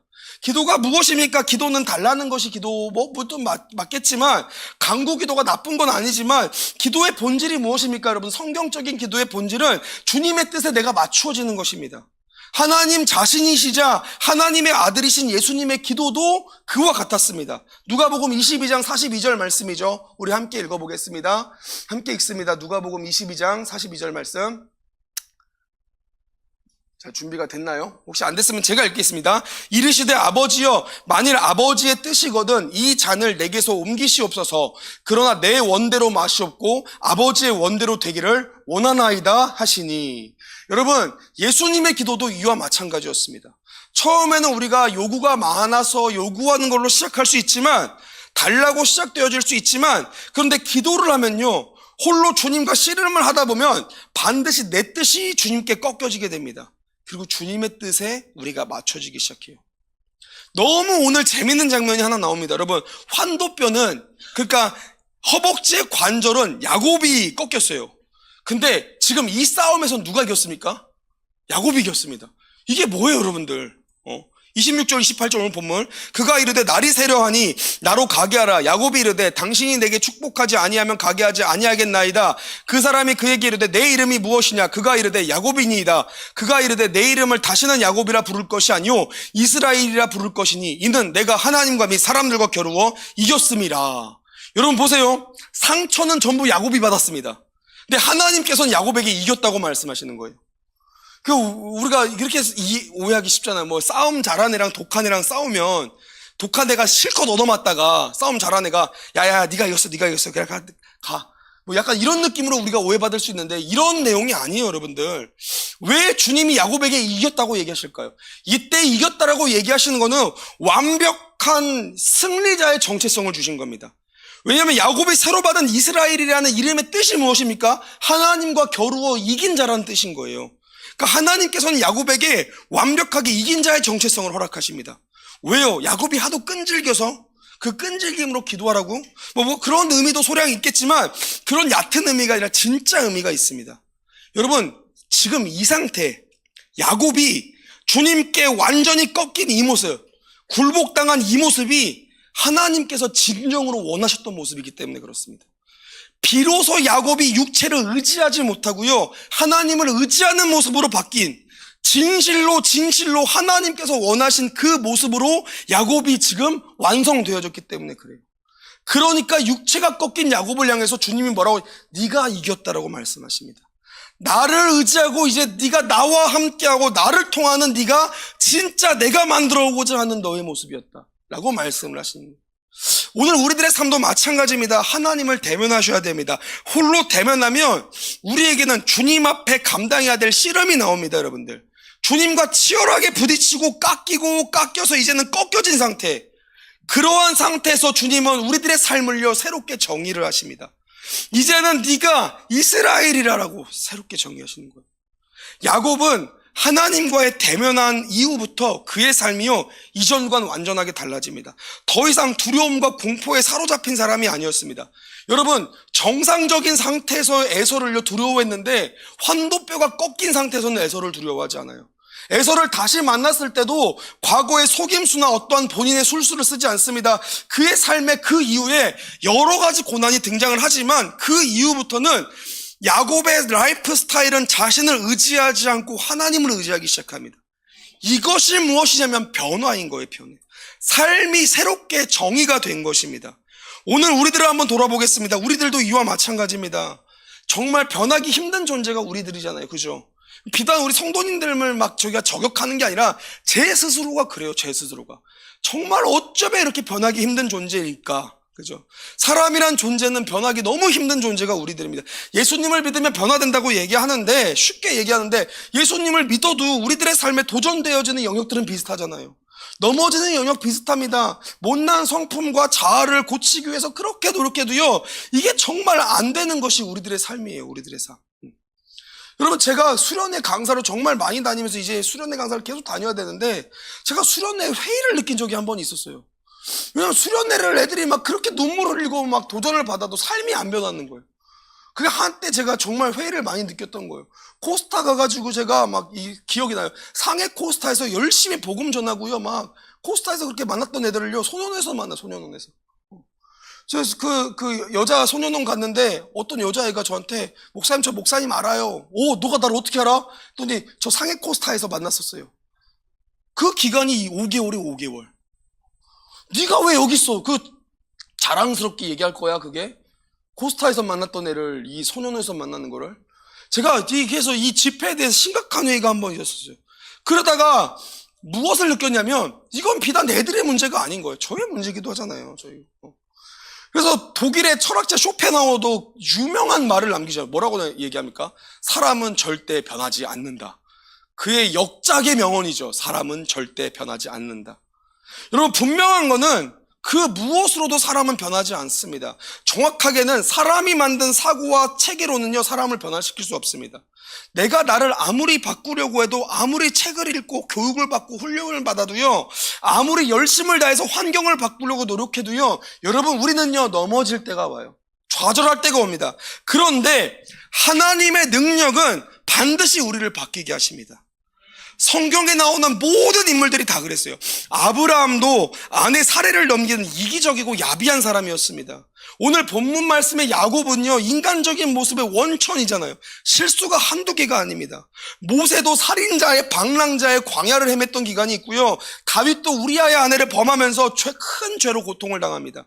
베드로도요, 예수님을 3번이나 부인하고요, 바울은 예수님을 믿는 사람들을 학대하고 잡아 죽이는 일에 앞장섰던 사람입니다. 근데 그들의 마지막이 죄로 정결됐습니까? 그들의 마지막은요, 변화되어서 온전함으로 정결되었습니다. 그러면 하나님께서 이들을 어떻게 바꾸셨습니까? 그들은 어떤 삶을 살았습니까를 보면은, 그들의 삶에 실수도 많고 넘어짐도 많고 인간적이었지만 온전한 변화가 일어났던 이들의 모두는요, 하나같이 하나님을 대면하며 살아갔던 거예요. 하나님을 대면하며. 우리도 마찬가지입니다, 여러분들. 내 삶이 하나님을 대면하며 살아가면요, 나는 인지하지 못하나 내 삶은 점차 주님을 닮아가게 되어 있습니다. 주님께서 만드신 모습으로 변해갈 것입니다. 오늘 이러한 이 분이엘의 삶이 오늘 우리들의 삶이 되어야 됩니다. 오늘 30절 말씀 우리 다 같이 한번 읽어보겠습니다. 오늘 본문 30절 다 같이 읽겠습니다. 시작. 그러므로 야곱이 그곳 이름을 분이엘이라 하였으니 그가 이르기를 내가 하나님과 대면하여 보았으나 내 생명이 보존되었다 함이더라. 아멘. 야곱이 고백한 이름이 분이엘. 분이엘의 이름의 뜻이 무엇입니까? 하나님의 얼굴이라는 뜻입니다. 하나님 얼굴 앞에서 살아가는 삶인 것. 여러분, 오늘 우리들의 삶이 주님을 대면해야 됩니다. 그래야 변화가 된다라는 거예요. 믿으십니까? 말씀을 좀 맺도록 하겠습니다. 우리 예배팀 나와서 좀 반주 좀 해주시겠어요? 이것만 우리 함께 나누고 말씀을 좀 우리가 정리하고 함께 좀 잠깐 기도하는 시간을 갖도록 하겠습니다. 저는요, 제가 우리 양떼 공동체를 섬기면서 처음 만났던 여자아이가 있었습니다. 이 친구가 제가 섬겼던 교회, 전임 전도사로 섬겼었는데 그 교회에 이제 그 중학교 2학년짜리 남자애들 2명, 여자애들 2명이 교회 새벽에 문 따고 들어와서 이 본당에서 술을 막 파티를 벌이고 자고 있는 거예요. 서로 껴안고 자고 있는 거예요. 그걸 제가 처음 발견했던 양떼 공동체의 시작이었던 것 같아요. 처음 애들을 발견했습니다. 그렇게 이 아이들을 제가 쫓아내다가 이제 이 아이들에게 교회를 찾고 오는데 제가 전도사가 쫓아내고 애들은 교회를 오는 게 이상하잖아요. 그래서 애들에게 밥을 사 먹이면서 애들을 품으면서 시작했던 게 이제 양떼 예배였었거든요. 근데 양떼 공동체 섬기면서 처음 만났던 그 중에 있었던 여자아이가 하나가 있었어요. 이 여자아이가 진짜 저는 얘는 정말 나쁜 애구나 제가 마음에 찍었던 애였습니다. 여러분, 제가 이렇게 얼굴이랑이 이렇게 좀 이렇게 온화하게 생기지는 않았잖아요. 저도 알고 있어요. 제가 그렇게 건달하는 애들도 되게 많이 알아요. 우리 서울에서 막 저희가 밥 먹였던 애들이 원체 막 건달 애들도 많고 하다 보니까 교계에서는 제가 별로 유명하지 않은데 건달계 쪽에서는 대부분 저를 알아요. 어둠의 그 자녀 뭐 이렇게 해가지고 제가 건달 쪽에서 막 섬기는 애들도 막 대부분 저를 알고, 저는 모르나 그들은 저를 알고, 소년도 너무 많이 가다 보니까 소년원 교도소에서 그렇게 저희 집에 러브레터를 많이 보내요. 목사님 도와주세요 뭐 이런 거, 저희 돈이 없습니다, 뭐 영치금 좀 넣어주세요, 맨날 그 한 달마다 오고. 그렇게 제가 그쪽에서 활동을 하다 보니까 제가 건달 애들도요 저를 함부로 절대 못 대해요. 왜냐면 제가 덩치도 있고요, 애들한테는 되게 막 이렇게 어떻게 보면 하나님 영적인 권위를 주셨나봐요. 애들이 저를 막 뭐 6명 7명 막 전신에 문신한 이만한 애들도요 저러면 그렇게 깍듯하게 대해요. 그리고 제가 늘 억울한 거, 우리 건달 애들이랑 여름철에 막 애들이 전신에 문신이 있어요. 애들이 이렇게 얘네들이랑 이제 저희가 술집 거리에서 만나면 뭐 하냐면 저희가 큐티 하거든요. 술집으로 다 가요. 열린 데 그런 데밖에 없으니까 다 앉아가지고, 저는 정확해요. 나는 술 담배 안 한다. 목사 앞에서 술 담배 하지 마라. 그래서 저희 앞에서는 제가 술 담배 애들 절대 안 해요. 그게 규칙이에요. 저희는 다 술 먹는데 저희 테이블만 사이다랑 콜라를 먹어요. 애들이 물어봐요. 그래서 기분은 좀 맞추게 이거 색깔은 좀 조합해도 되냐. 옛날에는 제가 허용해줬는데 요즘은 거룩 죄의 모형도 하지 마. 그래서 그것도 안 해요 이제. 그런데 전 테이블에서 우리 테이블이 제일 악해 보여요. 밥 먹고 우리는 그냥 큐티하는 거예요. 큐티하는 거. 애들 끝나고 야 카페 가가지고 우리 큐티하자. 카페를 가면은 형사님들이 오는데 제가 늘 불만이었던 게 형사님들이 오면은 저는 문신도 하나도 없어요. 근데 저를 잡아가요. 어디서 왔냐고. 저 목사인데요. 목사가 왜 여기 있냐고. 저 목사가 왜 여기 있겠어요. 전도하려고 왔지. 그 뒤에는 누구냐고. 애들 다 떠보니까는 그 건달 족보가 있거든요. 건달로 나오는데 저희 성도라고. 무슨 말이냐고. 제가 이런 오해를 정말 많이 받았어요. 성매매 다니는 여자애들 저희가 성매매 끊게 하려고 애들 데리고 막 새벽에 막 이렇게 막 다니면, 와, 얘네들 같이 다니는 막 옷을 너무 야하게 입고 오면 제가 편의점 가가지고 흰 티 사가지고 다 입혀요. 위에다가 다 입히고 애들 데리고 다니면요 마치 그게 있어요. 여자애들이 또 저를 아빠처럼 막 이렇게 따르거든요. 그러니까 얘들은 저랑 같이 붙어가 다니고 싶어요. 근데 난 이게 너무 창피해서 한 걸음 더 빨리 가려고 해요. 그 미묘한 싸움이 있거든요. 왜 그렇게 하냐면 내가 애들 데리고 다니면 이상하게 사람들이 저를 포주로 보더라고요. 목사인데 저는 얼굴이랑 이 체형이 그렇게 쉽지 않아요. 근데 그 만났던 첫 여자애가 중학교 2학년 때 저한테 쌍욕을 했던 애였어요. 전 처음 들어봤어요. 중학교 2학년 여자애가 저한테 쌍욕하는 거. 성격 너무 더러웠죠. 막 술에 애가 만땅 취해서 교회 본당에서 자는 모습으로 저희 처음 만났습니다. 얘가요 자살 시도가 삶이었어요. 맨날 저한테 죽고 싶어요. 인생 그냥 끝내고 싶어요. 그러다가도 귀에서도 막 죽어라 그런 소리가 들린대요. 막 높은 곳에 올라가면 뛰어내려라 막 이런 소리 들린다고 얘기하고요. 막 죽고 싶다고 막 자살 시도가 삶이었던 애였었습니다. 얘 어머니가요 진짜 대단한 분이에요. 어머니가 지금까지 남자친구를 저를 4번을 소개시켜줬거든요. 왜 남자친구를 사귀면 저한테 소개를 시켜주신지 모르겠어요. 남자친구를 사귀면 저한테 소개를 시켜주세요. 이분이 어떤 분이면 신천지에서 집화장까지 하셨던 분인데요. 신천지에서 물란화에서 쫓겨나신 분이에요. 난 세상 천지에 신천지에서 쫓겨난 분을 처음 들어봐요. 신천지에서 나온 분은 제가 많이 봤는데 쫓겨난 분은 처음 들어봐요, 제가. 그러더니 뭐 무슨 마음 수련원인가를 가셔가지고요, 저를 또 너무 좋아하시는 거예요. 그러니까 뭐 우리 딸 같은 애 하려면 마음 수련도 좀 하셔야 된다 그러면서 여름마다 캠프 무슨 뭐 200만 원짜리를 끊어서 저한테 보내주시는 거예요. 목사잖아 내가. 그런 데를 왜 가요? 어머니 그냥 돈으로 주세요. 제가 애들 밥 먹이게. 돈으로는 안 된대요. 캠프를 막 끊어주시는 거예요. 이런 엄마 밑에서 애가 막 자라는 거예요. 그러니까 너무 악독하고요. 애가 진짜 막 삶도 문란하고요. 너무 힘들었던 친구였어요. 근데 10년이 지났는데요, 15년이죠 지났는데 지금은 저희 양떼 공동체에 없어서 안 될 선생님이 돼 있어요. 얘가 얘 인생에서 딱 두 가지 저한테 있고, 저는 첫 번째, 저는 절대로 예수님 없다고 생각한다. 예수님이 있으면 내 삶이 이러면 안 된다. 두 번째, 나는 절대 결혼 안 한다. 왜냐면 엄마가 맨날 남자친구 집에 데리고 오면서 나쁜 짓 하는 걸 애가 봤기 때문에 절대로 결혼 안 하고 난 예수님 없다고 생각한다. 다만 나는 전도사님과 의리 때문에, 목사님과 의리 때문에 난 여기 지키겠다. 그랬던 애였었어요. 근데 어느 날 얘가 의리로 이제 한계치가 뛰어넘었는지 저한테 와서, 목사님 저 이제 교회 못 다니겠어요. 떠나겠습니다. 얘기를 하는 거예요. 마음이 무너지는 거예요, 제가. 진짜 제 딸 같은 애인데, 저희 아내도 너무 딸처럼 생각했던 애인데, 그래? 그러면 왜 이제 더 이상 제가 의리로 있을 한계가 지나간 것 같아요. 저 언니들이 미국에 있으니까 미국에 한 달만 갔다 올게요. 그리고 이제는 갔다 와서는 이제 목사님 제가 떠나겠습니다. 엄포를 하고 미국에 갔습니다.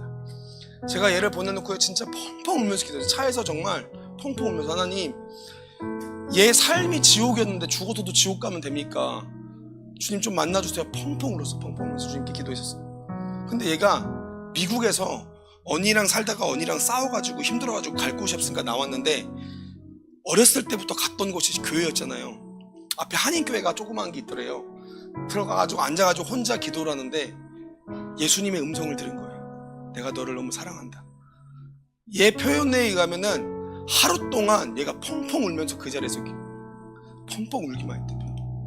그리고 돌아와가지고요, 지난 이제 두 달 전이죠. 2개월 전 11월 달에 제가 주례해서 결혼까지 했어요. 그리고 저희 지금 사역에는 뭐 성매매 중단 여성들, 미혼모들 섬기면서 너무 잘하고 있고요. 저희 사역에는 없어서 정말 안 될 애가 되어졌습니다. 죽고 싶다고 연발했던 애가, 절대 예수님 안 믿고 결혼 안 한다고 했던 애가, 그냥 나는 의리 때문에 있습니다라고 얘기했던 애가, 그 애가 예수님을 딱 대면했어요. 그랬더니 삶이 변하기 시작해요. 무섭더라고요. 변하는데 술, 담배 다 끊어버리고요. 그렇게 평생 했던 술, 담배 다 끊고요. 남자친구 다 끊어버리고요. 성경 읽기 시작하더니, 기도하기 시작하더니, 그렇게 습관적으로 했던 욕도 한 번에 다 끊어버리고요. 무섭게 변하면서 저한테 와서, 저 같은 애도 이 애들 섬기는 일 해도 돼요? 물어보더니 최선을 다해서 섬기고 있어요. 여러분, 삶이 진짜 변하지 않습니까? 저는 주님을 대면한 이들이 변했던 장면을 너무 많이 목도했던 것 같아요. 이게 우리들의 인생의 여정이 아닙니까, 여러분들? 오늘 우리가 해야 될 것이 무엇입니까? 저는 이렇게 기도하길 소망해요. 첫 번째로는, 주님, 내가 주님 앞에 홀로 섭니다. 주님 모습, 내가 이 모습 이대로 주님 앞에 홀로 섭니다. 주님 앞에 나아가서 내 주님께 내 존재를 드립니다. 주님이 해야 될 일 많고 챙겨야 될 거 많고 책임감도 많지만, 그렇지만 모든 것 다 내려놓고 제가 주님을 대면합니다. 주님, 나를 만나 주시옵소서. 주님의 그 얼굴로 나를, 아버지 하나님, 가르쳐 주시옵소서. 내가 주님을 바라봅니다. 주님이 나를 바라보십니다. 주님의 눈과 내 눈이 마주치길 소망합니다. 제가 이 시간 주님께 나아가오니 주님 역사하여 주시옵소서. 이 시간 고백하시면서 주님 한번 크게 부르시고요, 통성으로 우리 함께 나아가는 시간 갖도록 하겠습니다. 주님 찾습니다. 주여,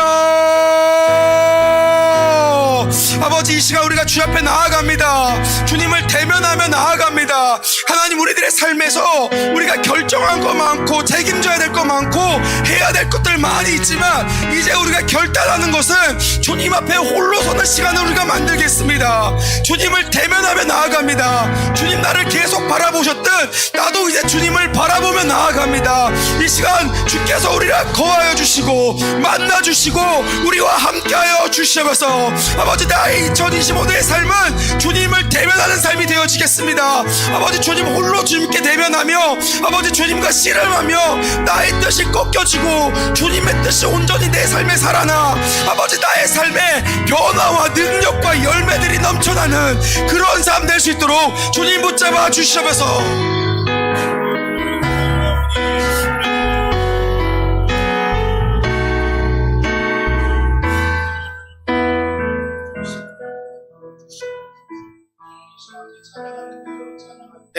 우리 괴로울 때 주님의 얼굴 보라. 오늘 여러분이 가지고 나온 모든 기도 제목을 우리 주님 앞에 올려드리면서 이 찬양으로 함께 고백하며 나아가겠습니다. 괴로울 때 우리 자리에 다 같이 일어나셔서 함께 찬양하겠습니다.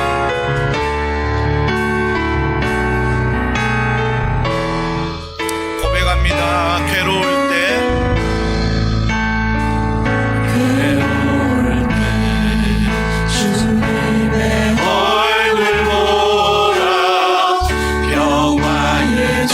주님 바라보아라. 세상에서 시달린 친구들아 믿음으로 선포합니다. 위로의 주 우리 2절입니다. 힘이 없고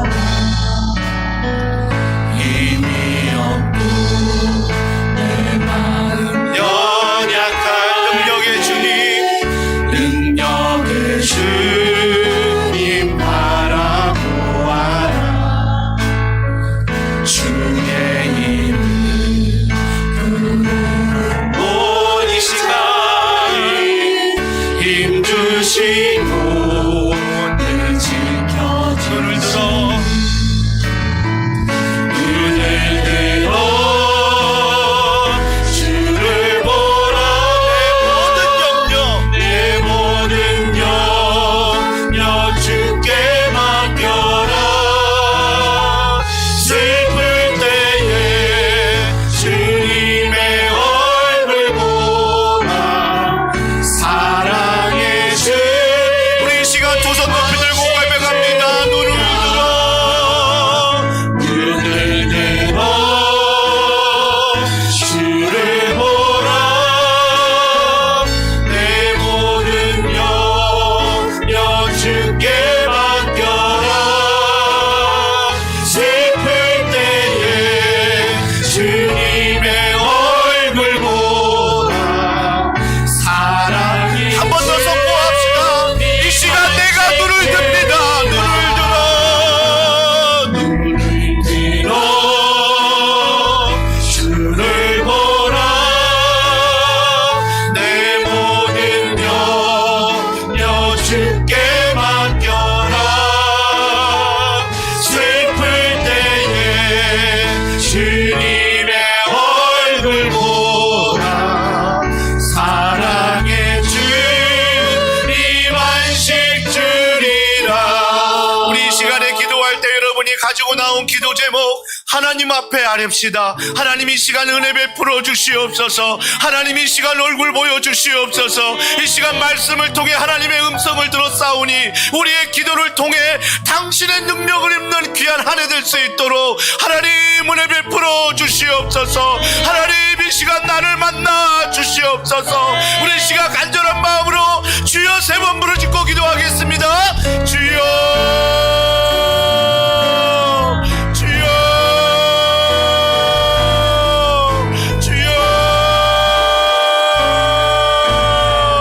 하나님 아버지를 원하는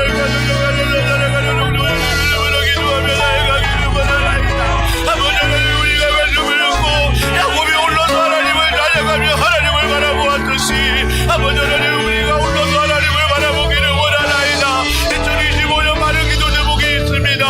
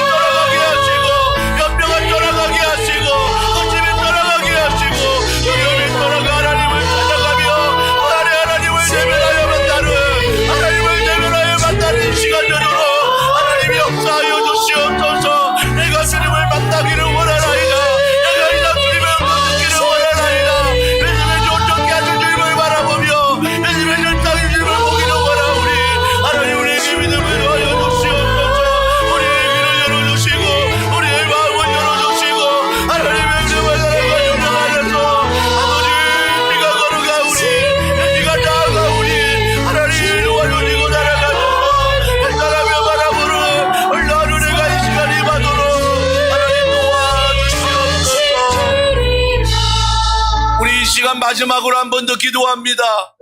우리가 기도할 것은 더원 사랑의 교회, 하나님 가르치고 치유하고 전파하는 하나님의 이 사명을 감당하는 2025년 되도록 여러분이 맡고 있는 부서와 여러분이 맡고 있는 모든 섬김의 자리 가운데 하나님 은혜 베풀어 달라고, 주님 닮아가게 해달라고 기도하시고요. 특별히 유초등부 겨울 캠프가 은혜 가운데 마쳤습니다. 그들이 하나님을 대면하며 이 자리에 돌아왔사오니 삶에서 하나님 놀라운 복음의 변화가 일어나게 하여 주시옵소서. 하나님 아버지, 겨울 캠프를 준비합니다. 살아가는 청소년부 한 사람 한 사람이 하나님을 대면하게 하시고 하나님과 씨름하게 하셔서 그 씨름의 시간을 통하여 하나님이 내게 이스라엘이라 말씀하셨던 그 역적인 놀라운 승리를 경험하게 하여 주시옵소서. 하나님 이 시간 기도합니다. 캄보디아 단기 선교를 통하여 악한 영이 그 땅에서 떠나가게 하시고 세례와 말씀과 기도 가운데 하나님의 놀라운 은혜가 선교대원들 통하여 그 땅 가운데 일어날 수 있도록 위대한 교회를 축복하시고 유언전도사님을 축복하여 주시옵소서. 우리 교회 앞장서라는 모든 교역자들과 모든 순장님과 모든 중직자들에게 하나님 은혜 드려 주시옵소서. 하나님 은혜 드려 주시옵소서. 이 나라의 민족을 불쌍히 여겨달라고, 주여 살려달라고, 주여 은혜 베풀게 해달라고 우리 이 시간 간절한 마음으로 두 손 높이 들고 주여 한번 부르짖고 기도하겠습니다. 주여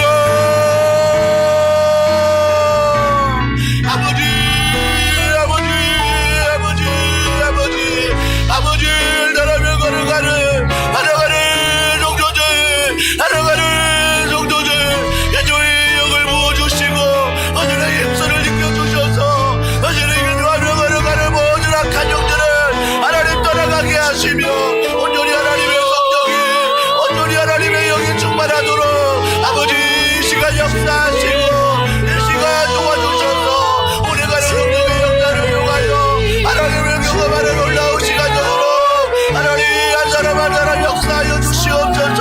한 사람 한 사람 만나주시고 나홀배들과 조도령의 자녀들을 통하여 홀로 하나님과 씨름하며 하나님의 놀라운 은혜를 경험하는 아버지 나오게 해주시옵소서. 아버지 우리가 사용하여 주시옵소서. 아버지 노릇고 주와 악한 영을 떠나갈지어다. 아버지 모든 우리가 열려다라고 떠나주시고 하나님의 은혜로, 하나님의 사랑으로, 하나님의 권능과 사랑으로 아버지도 원활하게 교회가 하나님 고지하고 전파하며 하나님의 은혜와 사랑과 능력 안에 2025년 하나님 걸어가도록, 하나님 교회가 걸어가도록, 하나님 가르치고 주의하고 전파하는 하나님의 나라에 감당하도록 아버지 하나님 교회를 붙잡아 주시는 교회의 머리되시는 교회의 우리가 시는 하나님의 은혜와 사랑과 능력 안에 걸어가게 하여 주시옵소서. 우리 교회 모든 종교들이 2025년 하나님을 대면하게 하시고 하나님의 은혜와 사랑과 능력 아버지 우리가 바라보오니, 우리가 의지하고 우리가 사모하오니 아버지 하나님의 나를 놀라운 은혜, 아버지 하나님의 놀라운 사랑 우리가 경험하며 걸어가는 너와 나라의 교회적으로 하나님 축복하여 주시옵소서. 아버지 모든 우리자들을 배우자들을 하나님의 은혜와 사랑과 능력으로 붙잡아 주시고 걸어가는 놀라운 은혜가 아버지 하나님 펼쳐질 수 있도록 걸어가도록 하나님 도와주시옵소서. 이 시간 하나님 대면합니다. 이 시간 하나님 만나기를 소원합니다. 이 시간 하나님의 놀라운 은혜와 사랑과 능력을 통하여 하나님의 은혜와 사랑과 능력을 통하여 우리가 성령의 주관한 가운데 하나님을 경험하길 원하오니 우리를 붙잡아 주시고 사용하여 주시옵소서. 아버지 은혜와 사랑, 아버지 은혜와 사랑 하나님 도와주시옵소서. 우리 이 시간 찾아갑니다. 눈을 들어, 눈을 들어 주를 보라. 내 모든 염려 주께 맡겨라. 슬플 때에 주님의 얼굴 보라. 사랑 우리 이 시간 선포합니다. 두 손 들고 선포합니다. 눈을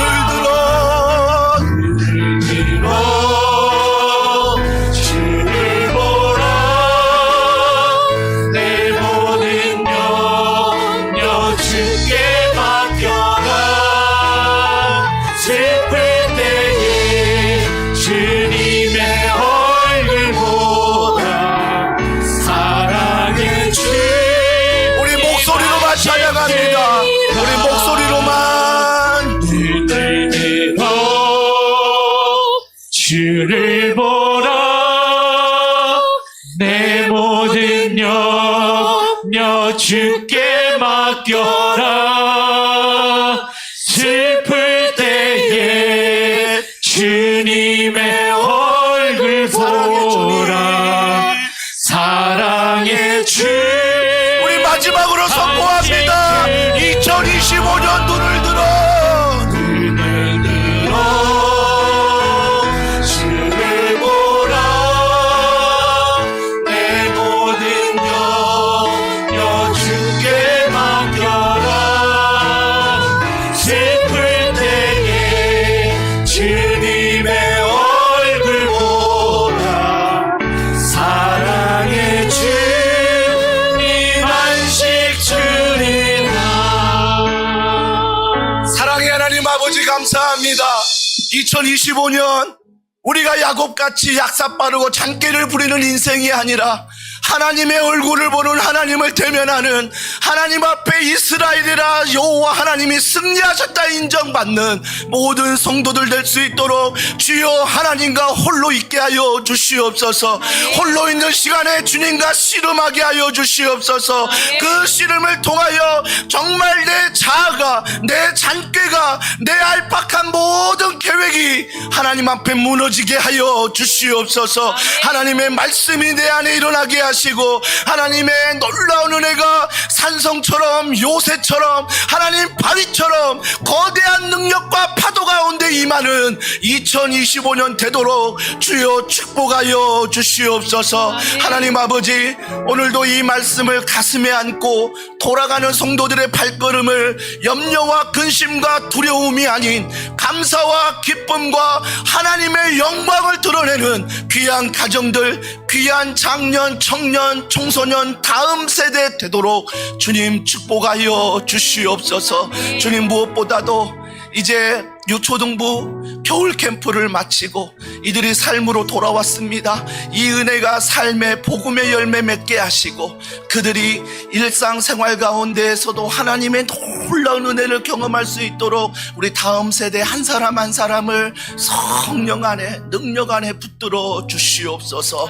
사랑하는 선교대원 23명을 성령 안에 붙들어 주셔서 하나님 위드임 교회를 통하여 윤전도사님을 통하여 한 사람이 세례받는 놀라운 구원의 간증들이 일어나게 하시고 양육의 체계가 세워져 교회가 성숙하게 주님을 닮아가는 귀한 교회로 세워질 수 있도록 주여 축복하여 주시옵소서. 하나님, 이 자리에 무릎 꿇으며 이 자리에 엎드려 하나님의 은혜만을 구한 사랑하는 다음 세대 한 사람 한 사람을 성령 안에 붙들어 주시고 오늘 목사님의 말씀처럼 그들의 인생 가운데 하나님을 대면함으로 말미암아, 하나님을 만남으로 말미암아 그들의 인생의 사명이, 그들의 인생의 꿈과 비전이 하나님 말씀 안에 세워질 수 있도록 주여 사용하여 주시옵소서. 하나님, 독감으로, 또한 아버지 질환으로, 또한 육신의 연약함으로 하나님 병투병하는 많은 성도들이 있습니다. 찾아가 주시고 위로하시고 이 한밤 기도할 때 하나님이 만져주셔서 열이 떨어지게 하시고 모든 질병 떠나가게 하시며